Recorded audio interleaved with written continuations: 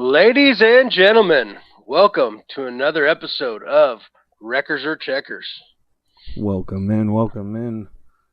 Once again, it is me, Travis, and your boy, Mr. Coors Lightyear, coming at you live, talk a little NASCAR. Yes, we are. Welcome back. Hopefully, you guys enjoyed the last show. We are hoping to bring you a better product this week. We are going to be covering last week's Straight Talk 400 Wireless at Homestead. A little touch on the betting scene for this upcoming week, as well as a look ahead to the world famous paperclip, the Half Mile of Mayhem, the Augusta National of NASCAR, Martinsville itself. Somebody's getting that grandfather clock. Yes, sir. See who it is. So, moving forward, we are, as like I said, going to start off with You want to kick a it little off with the new segment here? Yeah, actually, let's do that. A little Wrecker and Checker of the week. Yeah. Start off our recap of Homestead. All right. Yeah, all right. So here it is, the Wrecker and the Checker of the week. So here, we're going to go over the opposite sides of the spectrum here. One play that we noticed that we saw that kind of ruined somebody's day or ruined a couple guys' day. In this case, as you can see, a couple cars backwards in the pit there on the left side of your screen. I think that was with a fairly mild race. I feel like that was kind of one of the more devastating things for a couple cars getting turned around in the pits there. Definitely, and it was really something that really set two guys' days back. I mean, especially with one of them being Josh Berry, who's coming off his first career win, and then Joey, who's always in the running for a win, Joey in week out, but always in the running for a win. Really, kind of a debacle that unfolded on pit road, right? Oh yeah, definitely. And Barry's been looking pretty good lately. Who knows how he? Yeah.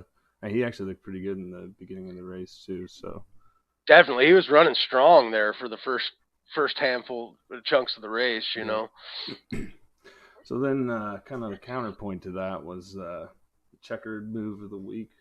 I think it was kind of capture the last pass that Larson made on Bowman there, but it was more of his whole run towards the end.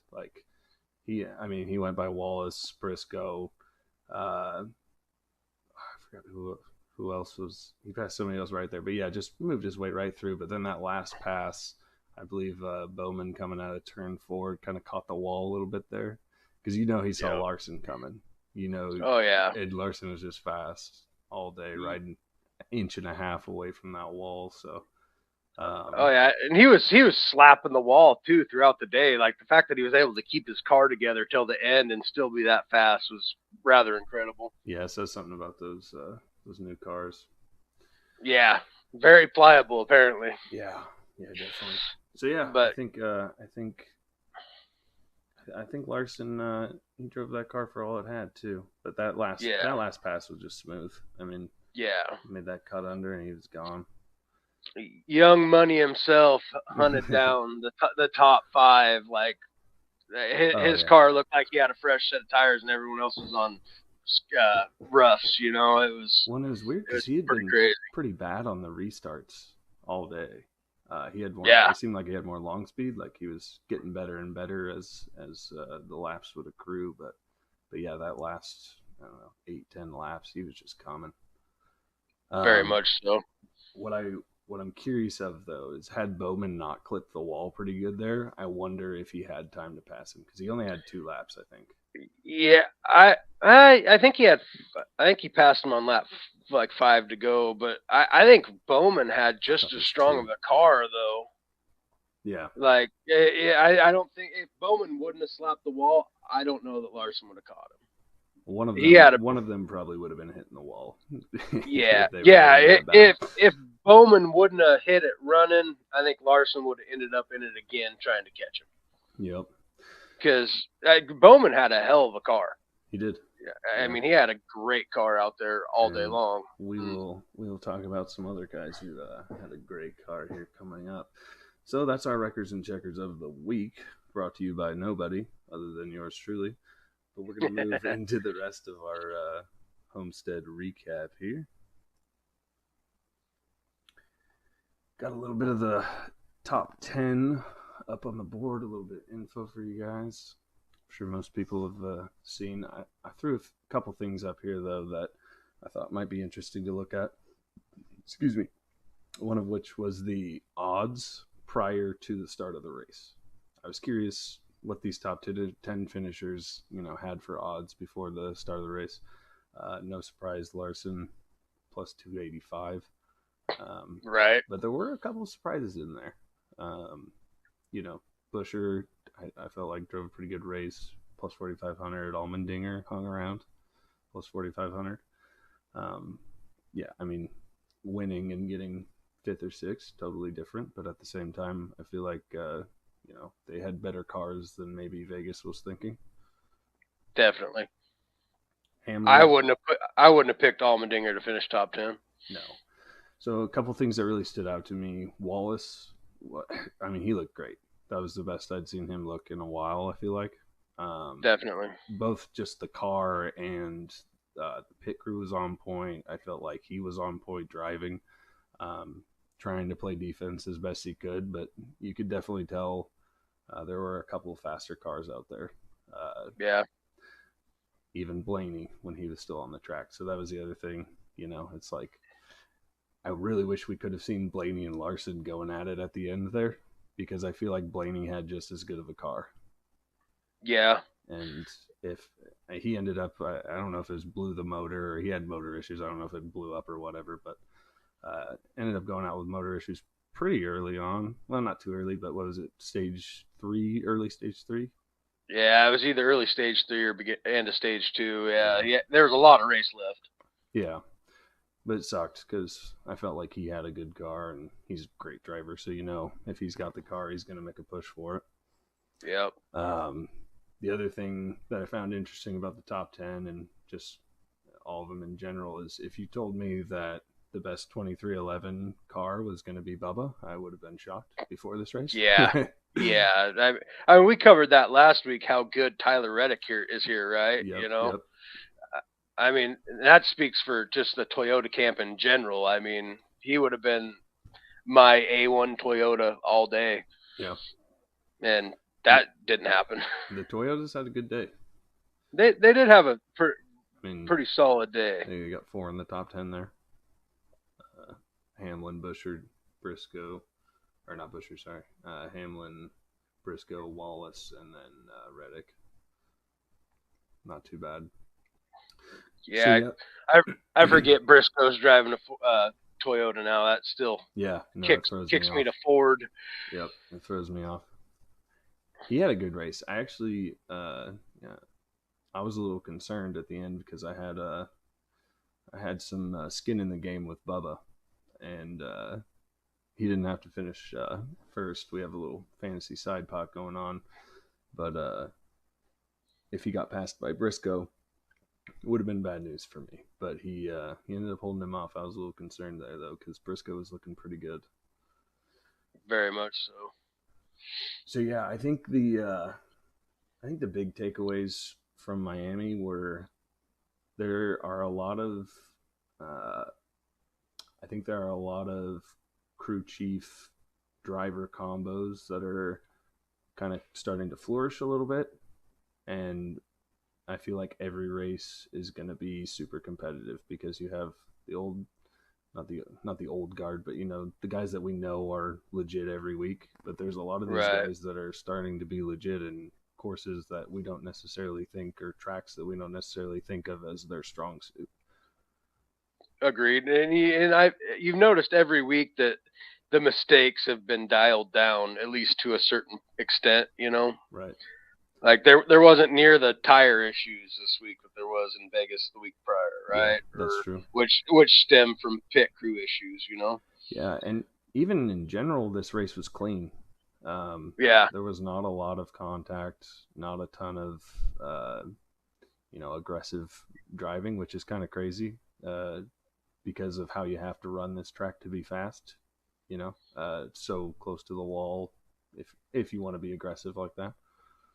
I think that kind of played into it as well, though, because it allowed for more separation. I mean, there wasn't a lot of side by side going into the corners. I mean, Yeah, someone was that's either true. taking the low line or the high line, and if they were going to make contact, it was usually coming out of the corner Right. compared to going into the corner. That, So that, I do think that plays some into it at Homestead, to that where that's a good next point. week that's not going to be the case, short track racing. Right. So So we do have um, looking at the laps led is kind of interesting as well. In the top 10, Wallace was the laps has the highest laps led. I believe Blaney had a ton of laps led as well. He might have even been the highest of the day. Bowman had 43, Wallace with 56, and Larson only had 19, which I thought was kind of interesting. But he led the one that mattered, so that's right. Don't got to lead them all, just got to lead the last one. just the right ones. That's right. No, I enjoyed the race. I would have liked a little more action, I guess, but it was good. It was good. Agreed. Can't get them all every week, you know. No, no, but now that we're getting into a run of three short tracks, I'd imagine we're gonna have our fill of some door banging and Yes. yeah, a little more namesake going on over these next 3 weeks. It's gonna be wreckers or checkers. Records or checkers, baby, just like we like them. Well, with that, should we move into our look ahead in Martinsville? Yeah, let's do it. Got a little bit of odds sheet pulled up. These are early odds coming from today, so I mean, Ryan Blaney is the guy at Martinsville over the last 6 races. that's what it seems like. So Um, you've put together a lot of information on that. I was combing through it, and I did put together a couple things for the top 6 on this odds chart as well. Um, One of them that I pulled from your data that you crunched was average finishes over the mm-hmm. last 6 races. So the last 6 Martinsville races, and it's interesting. So you got Blaney up top with plus 400, right? Then Larson at Yep. plus 500, Hamlin plus 650, Elliott plus 650, Byron 700, and then Logano and Bell are both 900, right? Mm-hmm. You look at Blaney's average finish, which I put on here for him, 3.5 Yeah. over the last 6, and he's got 2 wins. Insane. 2 wins. 2 wins. He's finished top five out of the last 6 races. And that sixth race, he still finished top 10. Yes. But that's dominance at a racetrack right there. And I'll stop stealing your points here for once after this one more point. But I want to make this one more point. If anybody is embodying the wreckers or checkers at Martinsville, it looks like it's William Byron. He's got 2 wins in the last 6 races, but the average finish of 8.5, which is still great. But he's when you factor in that two of those, a third of those finishes were first place. He's wreckers or checkers, baby, and I love it. Right? Yeah, I mean, all the realistically, all the Hendricks cars run really good at Martinsville. I mean, you, I think Bowman is the least efficient over the last 6 of those guys, Right. but I mean, he still runs fairly well. But with you're looking at the top 5 finishers over the last 6 races, I mean, you have Elliott, Larson, and Byron in there. Yeah. And Bowman just seems to be consistent. Yeah. Maybe he's not winning, but I feel like he's a top 10 guy, or he's getting stage points or something. He's finishing Right. high in the stages. Like, I think he's just that consistent guy that's gonna rack up the points. Definitely. Is there any bets you like that stand out at you? Yeah, I was looking at Bell at plus 900. Yeah, not I kind of think going back to the short track, he gets straight this week, and they find a little bit more of that mojo. I know it's crazy talking about a guy getting his 4th win already, but right. but at the same time, like I don't think Miami was their track. I think Martinsville could be their track. But Potentially. so I do like Bell for plus 900. Yeah, he won here a couple of years ago, so Yep. he knows what it's like to win in Martinsville. And I also am kind of looking at the Fords. Um, just in general, I like Logano's odds at plus 900. I like Blaney. Obviously, I will have some money on Blaney even at plus 400. What I'm debating with Blaney though is, do I take plus 400 now, or do I wait for qualifying and hope it gets worse? Which Yeah, I mean, really, if it gets better, it's not going to get much better. I'd wait. that's kind of what I'm thinking. Like he could go to plus 300, plus 350, but I don't. I feel like plus 400 is baking in a lot of like he has to do well qualifying to stay at plus 400. So Right. I'm kind of thinking for him, I'm waiting and hopefully he drops to a plus 650, 600, and I can get him a little cheaper. Yeah, potentially. I mean, I don't think Briscoe would be a bad bet this week. Okay. Yeah, plus But 1200. like plus 1200. I Yep. mean, he has ran pretty good here in the past. Um, I don't know that he's got a. I don't think he's gotten a win here, but I know he's finished top five here a couple of Okay. times. And he's a pretty good short track racer. I know he's got at least a win on a short track, and just the way he's finished like this last week, I think he's got some mojo behind him to Right. where he could be a potential all right bet to throw a couple of dollars on. Yeah. If you win, you win good. If you lose, you're not out too much type thing. Right. That makes sense.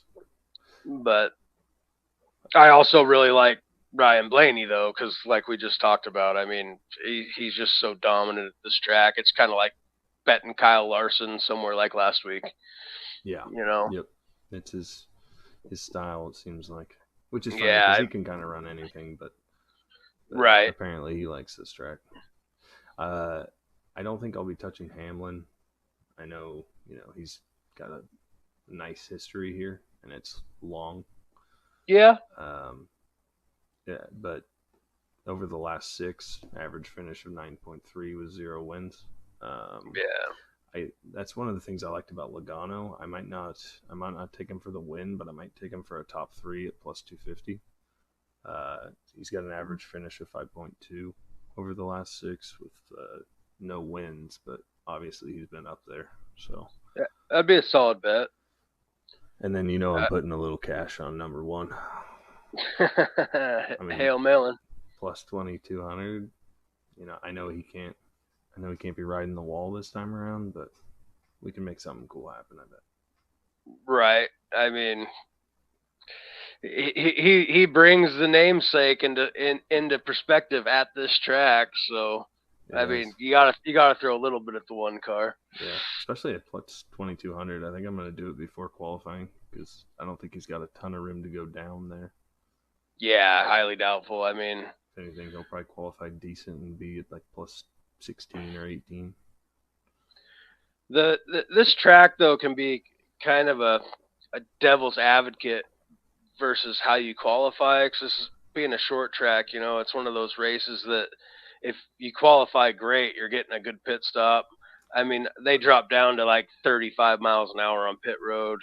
So if they have to go into green flag pit stops, you're losing a couple of laps per pit stop, right? Or if they do pit under caution, that number 1 pit stall is such an advantage. It's almost insane. It's funny how we see that be so much more of an advantage at certain tracks. And I haven't done enough digging to know what tracks I should. Definitely short tracks. Almost all of them, it's an advantage. Yeah. Which and another thing is that I almost would bet money that we will see is this is a race that there's always at least one guy, similar to how we talked about Vegas. There's going to be one guy that leads like half of this race. Right. That's going to put up 150 to 200 laps led and be the guy out front for a large majority of the race, which it's kind of funny because it doesn't always equate to a win. I mean, more so than not, it doesn't. That guy does not win the race. Yeah. I mean, I think the last guy to lead the majority of the laps was Ryan Blaney a year or two, not last year, but the year before.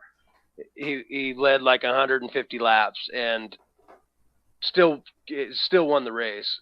That might, I can't remember correctly if it was he led like the second half of the race and just didn't give it back up.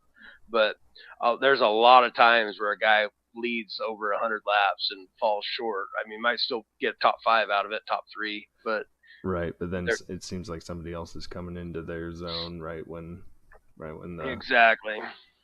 And when this is one of those tracks where when there's 5 to go, there's 3 to go, especially if there's a late race restart, they're gonna hang them out there a little bit farther than they normally would. They're gonna be getting into the doors. It's gonna be a lot more temper flaring than what we'd normally see, and that's the great thing about short track racing. Yep, I love it.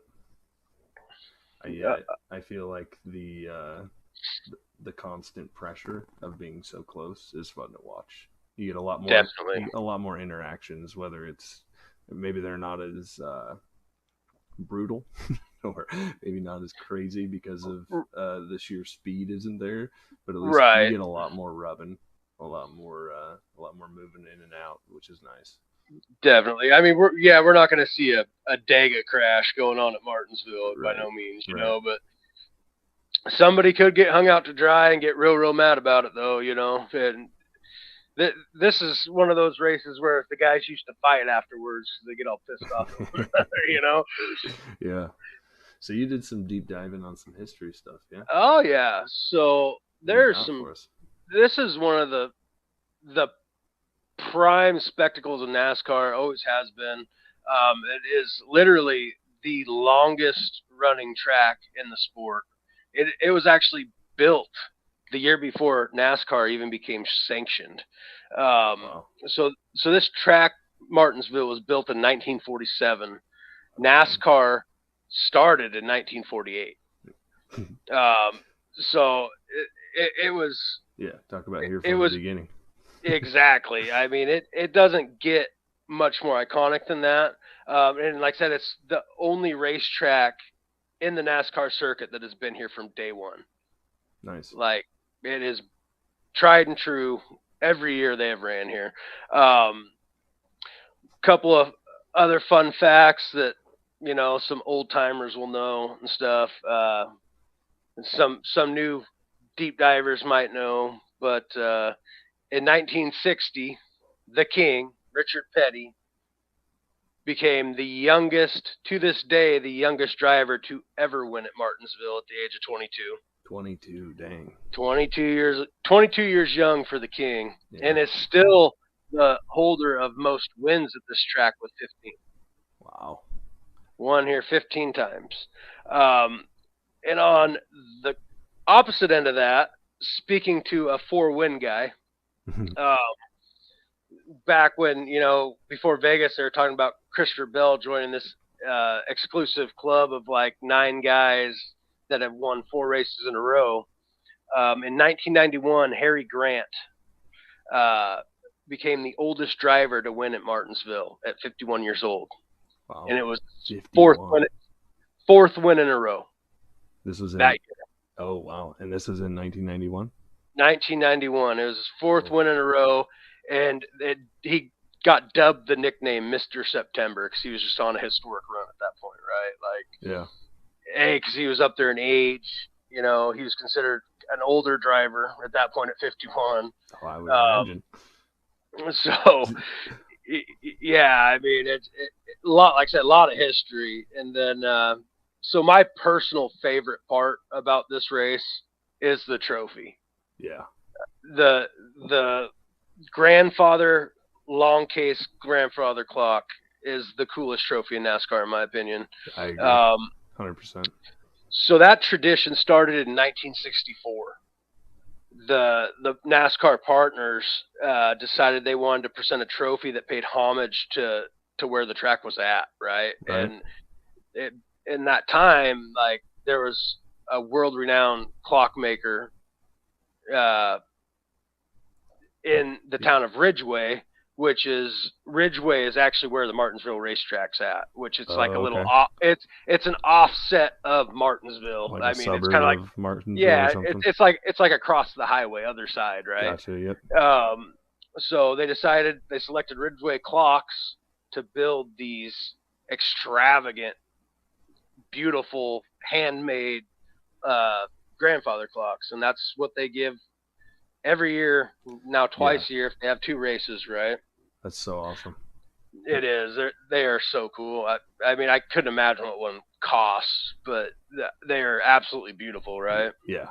Yeah. Um, You know and the then drivers are on that train as well.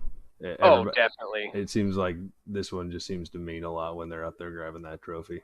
Yeah, I mean, it's just not another trophy, right? Right. Yeah. It's something different. I'm sure for all of these young drivers, this is a bucket list win. Like this Oh, is oh one that they all definitely, want to check off. Yeah. definitely. You know, it's kind of like winning the 500, right? I mean, Yep. it's that solidifies you as a NASCAR driver, kind of. Yep. And then, of course, last but definitely not least, for people that attend the race, I mean, everyone has at least heard of the Martinsville hot dog. Ah, dogs, I baby. mean, I later in the season in playoff time, we will have some live video of these hot dogs because I am Yes, going to sir. Martinsville in October, and we will get some live footage and feedback on how good these hot dogs are. Nice. I want to see a And full on review, like a full oh, on, definitely, we're bet. gonna go full foodie on it. Yes. So, Yeah. and really dumb fact, it takes 5,526 and a half Martinsville hot dogs to go all the way around this track. Nice. Nose to tail. Fun Found fact. that out today on a deep dive. I actually heard something about the Martinsville hot dogs recently. Uh, so I guess I don't remember what year it was, but I guess at one point it was a long time ago. Like I want to say it was in the '90s. They tried to change the hot dogs, like the recipe, and change it, and it didn't last a day. Went over. By the afternoon, it was going over so poorly that they went and got the old hot dogs, and they're like, "Nope, we're not changing." So now they're just like, "Nope, we're never changing again. We tried that once." Like baptizing a cat, I'm sure. Oh, you know some of those old race fans come in there. Oh, What the hell is this? yeah. Just throw it right in the trash in front of them.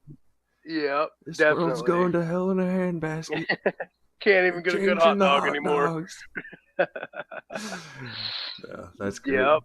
Well, heck yeah, dude, that's awesome. I enjoy hearing the little history dive there. Because like for me, Yeah. I have, like I've said before, I've been a NASCAR fan for only a couple years, so I don't have a lot of the history that I'm sure a lot of people listening, or just most average NASCAR fans have. I try and usually when I get into something, I deep dive it. So obviously, I'm here doing this. I love it. So Yeah, of we're course. I learning as mean, we go. But yeah, no, it is fun. It's fun to get that background story on a lot of these races. it is because each one has their own. They're all different. Yeah. But Yep. they each got some sort of kind of strange yet really cool backstory. And a lot of lineage, especially on these old ones like this. I think that's one of my favorite parts about NASCAR is any other sport they play on the same field every day. Like the stadium may have the history and the quirks like some of these tracks do, but every track is different.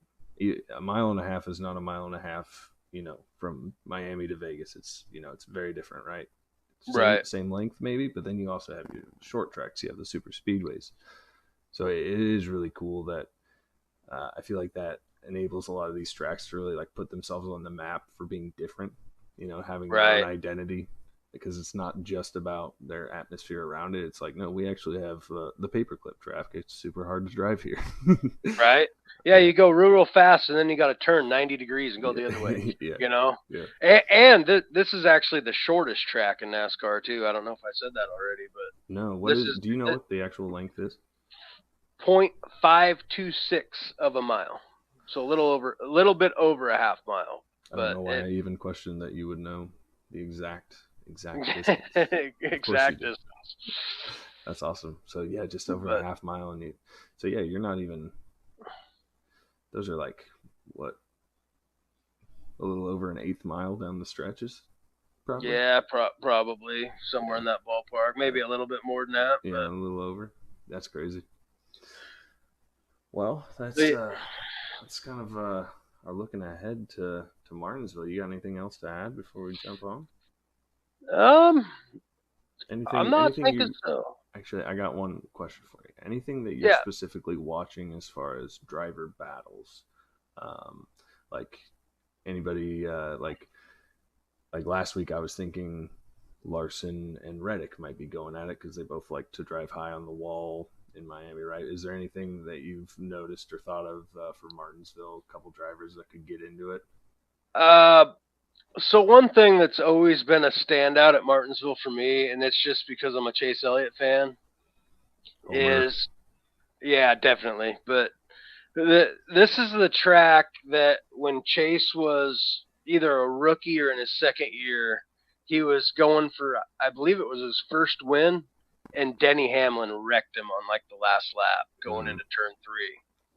And so that's something I always look at, like thinking, this might be the year Chase gets in his bumper, but yeah. that horse has been dead for a long time, so Right. Yeah. I don't think there's an issue there. And luckily, this early, there's not a lot of tempers been built up to where this is the short tracks where you can get some of that payback at, right? Yeah. Because Yep. you're not going to put a guy into a wall doing a buck 90, Right. you But when know. you're in close proximity for long periods of time, you might find an opportunity. Racing incidents happen. Yeah, that's right. Wreckers or checkers, baby. That's right. Sorry. It's kind of like Bell and Bush at Coda. Yeah. You kind of got that little. Sounds like you got a little bit of a history of bad blood there, maybe. Yep. Yeah, cool. But yeah, I mean, realistically, I mean, I don't. It'll be interesting to see how it stacks up. So I think there's primarily going to be some guys that are going to be running out front all day. The Blaney, the Larson, Logano, Yeah, wouldn't be Briscoe surprised to potentially. see Elliott out there. Yeah, Elliott, he runs real good here usually. Um, and I think it's going to be a lot of buying time, not buying time, but fighting for position. Um, Once, one thing that I have kind of noticed about uh, Martinsville that kind of shocked me when I crunched the numbers to find out the averages is there's usually on average over the last six races there's only six cautions on average. Sometimes there was more, sometimes there's right? less. Like I think last year they had like 9 or 10, but sometimes there's less, right? And then like on average of number of lead changes only 10 and a half. Yeah, So that that's speaks not too to the crazy, somebody out front right? a lot, right? Yeah, because I think we had 17 last week, if I remember correctly. Um, Yeah. that is one thing I noticed about the data that you pulled together, though, over the last six races here. The cautions had steadily gone up every race. Yep. Every race, it was one more or two more than the last one because. Uh, so they are. I think it started with like four, 3 years ago, or where it Mm, was, and then it was like by last Martinsville race we had, it was 10 cautions. So it's right. kind of a And slow I ramp think up. some of that's probably the changes in the car. Right. Getting used to the newer Um, cars. right. And then, like I said, somewhere like here, you're always going to have the beat them up at the last, couple of laps, trying to get up there, trying to get around somebody, and it's going to bring out the yellow flag, right? Yeah. Yep. And there's nothing better than a green white checkered, and especially when you get a couple of them. Just going for it. Yep. Yeah. And that's definitely going to knock some contenders out of some runnings too, if that does end up happening. Yeah. Yeah, for sure. Because it's always going to happen where those guys are pushing the hardest, which is always up front. So a few of those guys are likely to be caught up in some of this collateral damage up front. Yep. And there's always, those couple of guys in the catbird seat that's sitting back in third, fourth, fifth, and someone's pushing too hard coming into the corner, getting into the guys in front of them, and really just taking the wind out of the sails. The guys in front of me were trying to get away to win the race, right? Yep. It seems like William Byron's been making that play quite a bit this year. Yep. I think, yeah, a couple of his wins. I think I mentioned that last episode. A couple of his wins seemed like he was just right place, right time, sitting third place, first and second take each other out, and he sneaks in.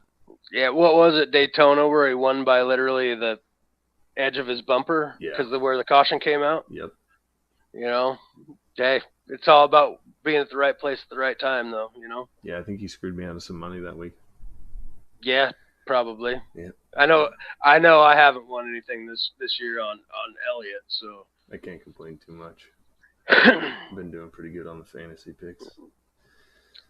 All right. Well, should we move on to our season overlook? Kind of look over our seasons, wrap up the show that way. Just got a little bit of the graphic for the standings. Got the top 16 on there. I feel like those are the ones that matter at this point. Starting to see some trends form. Speaking on that, early, I seen the goofiest web post deal, like what's the right word? I can't even think of it because it was so stupid. It was like a Google Sports deal or whatever, and it was trying to say how Kyle Larson's not sewed into the playoffs. I'm like, that was the title of the article, and I'm like, how many drivers do you think are going to win races this year? Is my question. Right? It's like, who are you, and do you even watch NASCAR? Like, what are you talking about? A, he's going to win another race some point this year. It could be this weekend. Who knows? Yep. But if anyone's not sewed into the playoff, it's definitely not Kyle Larson. He is sewed in. Right. I mean, even like Bell. Like, come on. The guy's got 3 wins. What is kind of crazy, though, I did notice that about these standings that I pulled up. Bell, with 3 wins, is still only sitting 5th in points. Yeah, it's wild, isn't it? It's kind of crazy, you know. 2 more wins than everybody else so far, and you're still sitting 5th. Yeah, that's stage points and top 3s and top 5s. Just goes to show you that consistency really comes through. Like you look at Bowman, right? 0 wins, but sitting in 3rd, 205 points. You know, he's only 39 back from Byron. I mean, the real story here is Hendricks Motorsports. Yeah, top 6, coming out of the gate hot. All 4 of them in the top 6. That's not mad about it at all. No, I bet not. But then the other story here, in my opinion, is the Fords. Where are they at, right? Like they're there, but I have a feeling they're poised. They're poised. I think Logano, Blaney, maybe even Buescher. I think some wins are coming pretty soon. Definitely. I mean, well, like we just said, I mean, Cindric lost the Daytona 500 by basically a playing card thickness, right? You know, and he had the lead before that caution came out, correct? Yeah, if I remember correctly, Byron kind of came right up on him. Yep. They were coming down the back stretch, I believe, and the caution came out. Kind of the wreck happened behind them, but I agree. There's some tracks that are really Ford tracks coming up in the future too, like Michigan has been a renowned track for Fords just because Fords always run good there, you know. Another thing I do not understand as a fairly new NASCAR fan, how can some manufacturers just do way better on certain tracks? Because it definitely trends. Like there's definitely trends, and I don't get it, but as what I kind of feel is myself being a tenured NASCAR fan, I don't really get it either. It just kind of works out. I think it's just I don't know if it's that just because they've practiced there and they've dialed in their information so much better than another team or what have you. Right. Especially having like, you know, some older drivers that were really good, being able to set up a car there. Like, you know, Ford had Harvick or, well, Joey's getting older. Bad Brad Keselowski, you know. Some of those guys that have just been running there forever, which I don't know if he I know it's kind of off topic 'cause now we're talking about Michigan, but I think Brad's from Michigan. That's his home track, and he's Mm. never won there. He's kind of in that same boat as Kyle Busch in Vegas. Oh, right. It's like something about going home makes it a little Yep, tougher, or something mentally maybe. definitely no home court advantage in NASCAR. No, no, it doesn't seem like it. Yeah. So yeah, I think we're not really on standings watch yet.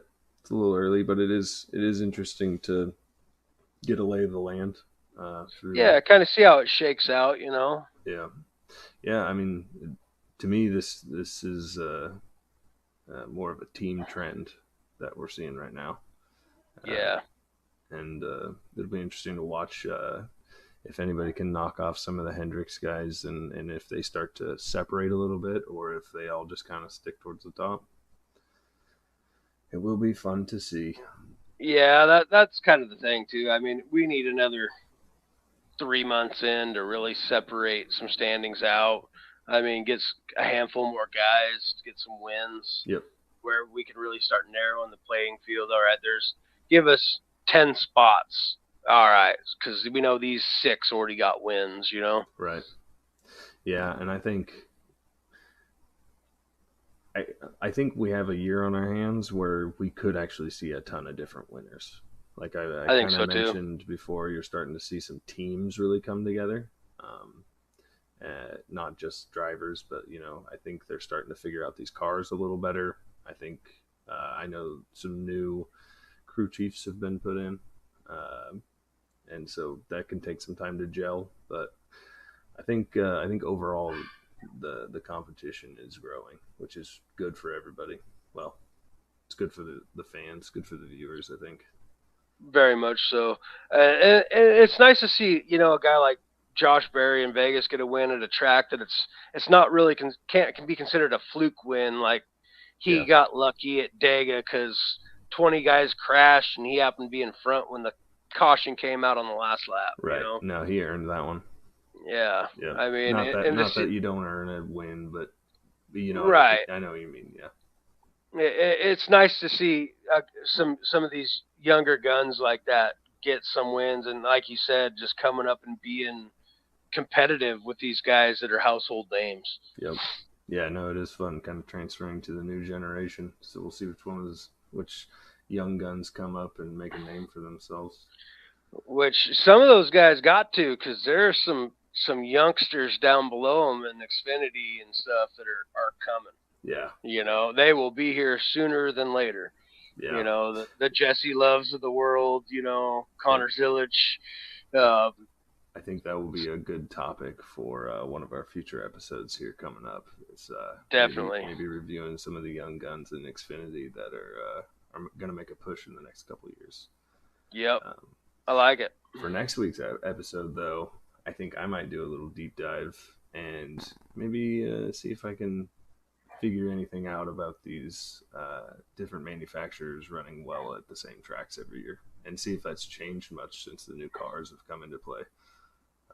Because it's something that's struck my curiosity ever since I really started paying attention to NASCAR. Like, okay, why do they say this is a Ford track or a Toyota track? Like, isn't Kansas known for being like a Toyota track? I believe so. Or do Toyotas normally run well there? And yeah, that just boggles my mind. So I think for next week I might look into that and share my results if I find anything. Beautiful. Yeah, and it's funny because you talk to an old head of NASCAR that's been watching it for 40 years, and they'll spout off. You're like, yeah, the Fords run good here. Why? Yeah. Because they do. Watch. And sure as shit, they run good. Yeah. It's like, well, how did you know that? Yeah. Because it happens. Eerie. Okay. Yeah. It's kind of eerie, man. Right. Yeah. Um. Well, with that, I So, think we'll send everybody off. You want to run down what we'll be going over next week? yeah. So we'll be recapping the Cookout 400 at Martinsville. We'll be looking ahead to Darlington and having a good look at what's going down in Darlington, which is always another fun short track race, along with our betting segment That's and right. our records and checkers segment. Records and checkers, baby. I can't wait to see who makes it this week. Well, that'll be I fun to can't watch. either. We should have some good ones for the Records or Checkers segment this week. Yeah, I think so. We're gonna get a lot more maneuvering. Hopefully a little more bumping and running. Yep, definitely. Well, everybody, thank you for joining us. If you would, leave us a comment, like, subscribe, even give us a thumbs down if you didn't like it. We just want the feedback. That's right.